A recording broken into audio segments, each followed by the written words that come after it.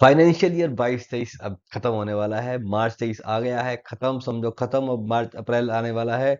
आपको जो बातें ध्यान रखनी है वो मैं बताने जा रहा हूँ, क्योंकि बाद में आपको दिक्कतों का सामना करना पड़ेगा। जीएसटी आप जानते हैं, बार बार उसमें चेंजेस आते रहते हैं। चेंज आने की वजह से हमें वो चेंज ध्यान में नहीं रहते। तो इसीलिए मैं इस साल के अंत में जो आपको जो बातें ध्यान रखनी है या जो सुधार करने हैं, जो फॉलो अप रह गए हैं, उस फॉलो अप को करने के लिए कुछ आपके लिए इंपॉर्टेंट पॉइंट लाया हूँ। इन इंपॉर्टेंट पॉइंटों को नोट कर ले, वरना आपको बड़ी दिक्कत होने वाली है। मार्च 23 की खत्म होने का इंतजार ना करें। मार्च 23 जैसे ही फुलझड़ियां जल रही है ना, ऐसे ही खत्म होते होते होते आपको पता भी नहीं चलेगा, चुटकियों में ये गायब हो जाएगा। है।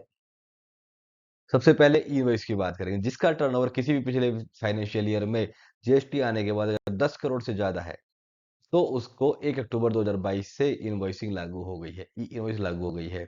जिसका टर्नओवर किसी भी पिछले फाइनेंशियल ईयर में यानी कि जीएसटी आने के बाद 10 करोड़ से ज्यादा है, उसको 1 अक्टूबर 2022 से ई इनवॉइस लागू हो गई है। इसलिए आप अपने पिछले वर्षों का टर्नओवर चेक कर ले। यदि 10 करोड़ से ज्यादा है तो आपको ई इनवॉइस 1 अप्रैल से लागू हो जाएगी। अपना इसके लिए क्या करेंगे, आप अपना अकाउंटिंग सॉफ्टवेयर अपडेट कर ले और उसको ट्रायल रन पर चेक कर ले। यदि आपको इनवॉइस लागू है, फिर भी आपने ई इनवॉइस नहीं बनाया, तो आपके जो कस्टमर है उनको इसका यानी कि जो वेंडर्स है उनको इसका क्रेडिट नहीं मिलेगा। कंपोजिशन स्कीम में जाना, रहना या बाहर निकलना।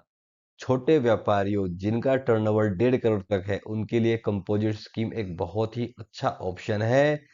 आपके व्यापार की आवश्यकता के अनुसार आपको यह निर्णय 31 मार्च यानी कि अगले फाइनेंशियल ईयर के लिए लेना पड़ेगा।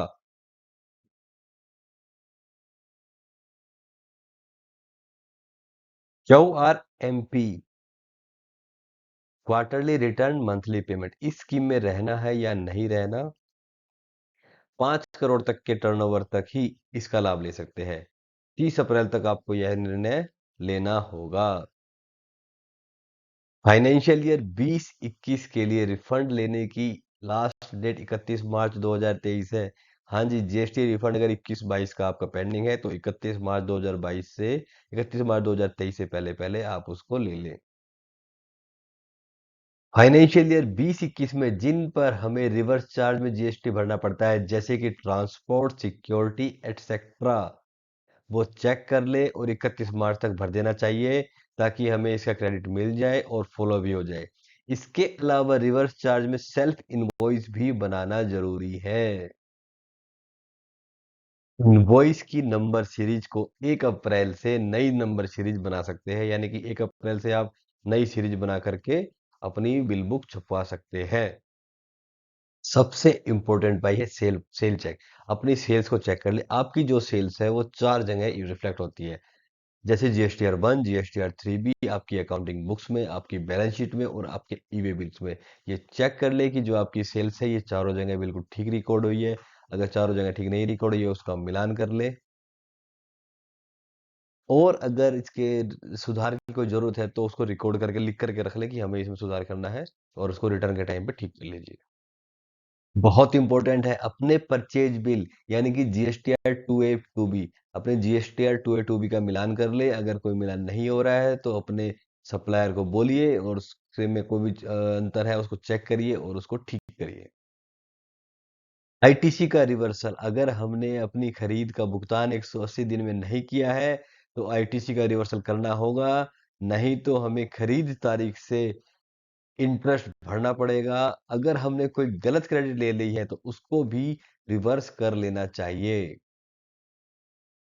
ये ध्यान कर ले, जॉब वर्क यानी कि जॉब वर्क पर गया हुआ माल 1 वर्ष के अंदर, अगर कैपिटल गुड्स है तो 3 वर्ष के अंदर वापस आ गया है, नहीं तो भेजी गई तारीख से सेल मान ली जाएगी और उस पर टैक्स और इंटरेस्ट भरना पड़ेगा।